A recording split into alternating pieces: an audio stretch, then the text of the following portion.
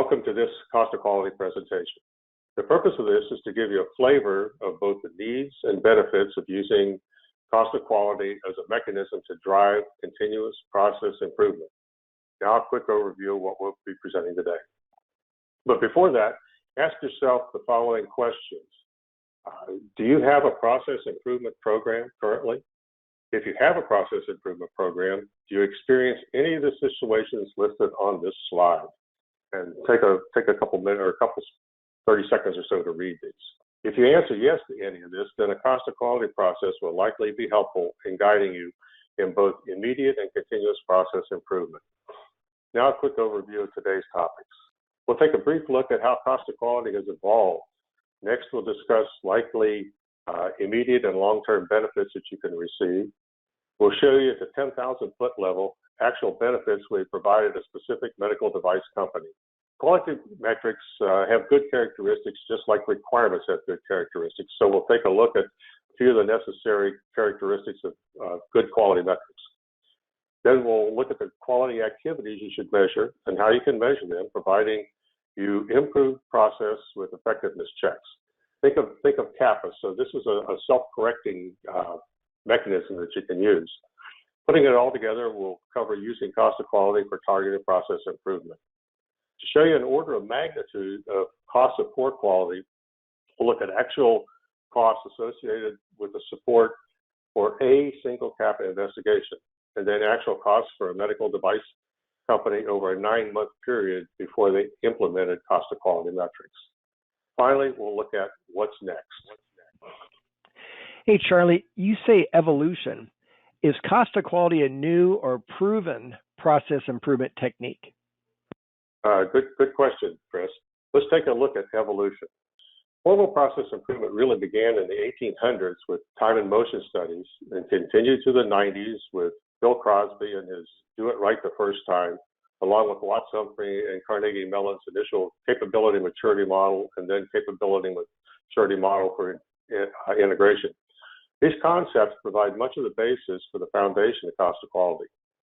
Executing good quality activities in a proactive and controlled manner and executing them right the first time will provide the building blocks of your cost of quality process improvement efforts.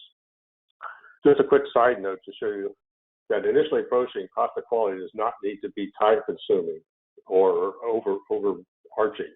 I was asked to help a furniture manufacturer in the 90s to speed up their order fulfillment process. So I asked them what the process was and determined that an incoming order was routed to 5 people for approval before the order was finally sent for filling. It turned out that only 2 of the people had any real approval responsibility for the order, so the order often just sat in the inboxes of the other 3. Taking the 3 non-required people out of the loop reduced the process by 3 days and resulted in much happier customers. And that was not an involved process that I went through. It was just a common sense look at what they had. And I've got several other examples that I could give you if you're interested. Have any of you ever experienced delays with document changes, document approvals, anything mundane like that? If you have, then maybe cost of quality is a good solution for you. Let's look at the benefits of implementing a cost of quality program for your organization. Beginning with a collaborative gap assessment, and we initially use gap assessments in almost every situation. We initially help clients identify possible process improvement areas. And again, this is in conjunction with you as a client. It's not something we come in and just throw on. It's a collaborative arrangement. And the list can come from many places. It can come from reviews of CAPAs, reviews of complaints, reviews of audits, design reviews, lessons learned, etc. The majority of this documentation you already have. It's just a matter of using it. Next, we determine the costs associated with the process. You'll be surprised at the actual costs that are incurred in this. Then together we look at the cost benefit and rank the improvements to help you build your initial roadmap. Again, these are all tailor-made to fit into your organization and address the things that are most important to you. After this, it becomes an ongoing process. You add, you modify, you delete possible improvement areas. It becomes a living roadmap, if you will. These cost of quality metrics lead to decreased time to market and increased customer satisfaction. Charlie, how have you used cost of quality metrics to significantly improve a process? Okay, glad you asked, Chris. Let's look at an actual medical device client that used and the cost of quality solution that we both arrived at. Those first issue we looked at was new product delays. From the first root cause, we found that design control tools were not being validated quickly enough. There was a result of excessive validation times, which was a result of validation technician shortages, which was a result of too many tools being used for the same purpose. For example, there were 4 defect tracking tools, and they had, I think, 16 different development groups of people. And in all those 16 development groups, there was not a common tool set that they used. They had different defect tracking, different document management, different requirements management, different tools altogether. So there was a vast mix of it. So what we did was we reduced the number of tools with common functionality. That took a little bit of time and effort because everybody has their own, personal favorites of all that. But through showing the cost and benefit analysis of using fewer tools, I think we got most people on board. Next, there was a result of multiple regression cycles. This was a result of missing design specifications that we had, which was a result of unimplemented requirements, which was a result of poor traceability. And the recommendation we came up with was to implement full traceability in the system. Client benefits realized from the tool reduction effort were reduced tool support costs, improved tool validation times, increased training effectiveness and reduced training costs because you had less things to strain on, increased personnel effectiveness since team members could now easily rotate in and out of different development teams without having to learn new and different tools. Ended up with earlier design transfer and ultimately more satisfied customers. The benefits of the automated traceability were no dangling requirements or missing design elements after the implementation of the automated regression analysis by identifying and establishing links from user needs to requirements to risk mitigations to design to code to both verification and validation and their respective reports. Again, we had a decrease in development cycles, a corresponding decrease in development costs, and it's with the tool reduction, earlier design transfer, and ultimately increased customer satisfaction. Now let's look at what desirable metric characteristics are. And as I said earlier, the characteristics are very similar to the desirable characteristics of requirements. They need to be accurate, they need to be meaningful and measurable. If they don't drive a response activity or cannot be measured, then they're of little or no value, you're just wasting your time. They need to be understood and consistent across the organization. With one client a few years back, I helped to improve their CAPA metrics. And I went around to the different groups within the organization.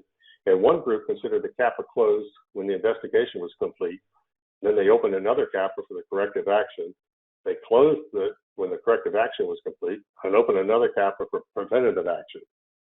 In their management reviews, this group had many more CAPAs than other groups, but their closing times were considerably faster, which they considered a plus. Metrics need to be apples to apples and not apples to grapefruits. I questioned another group about why they were tracking a specific metric and what the benefit of tracking that metric provided. Their response was, we're required to have metrics and we can track it.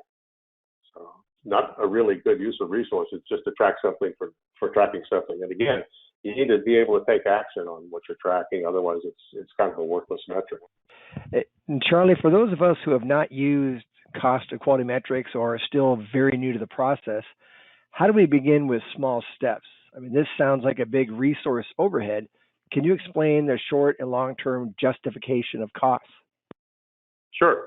Let's start by identifying quality activities just looking at conformance and non-conformance activities, and determine if they are benefits, if the benefits are turned into costs, or if they're costs only. Let's look at conformance and non-conformance first. All conformance activities need to be done. You can look at design, processes, document, purchasing, processing, acceptance, labels, and records. And the first time they're done, they're conformance activities. And the first time they provide a benefit.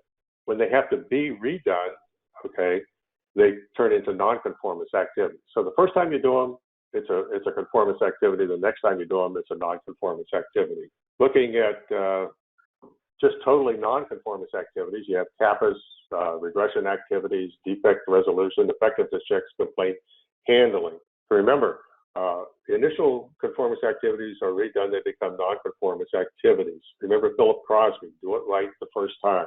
Purely nonconformance activities are always a cost, and I'm sure all of us experience these.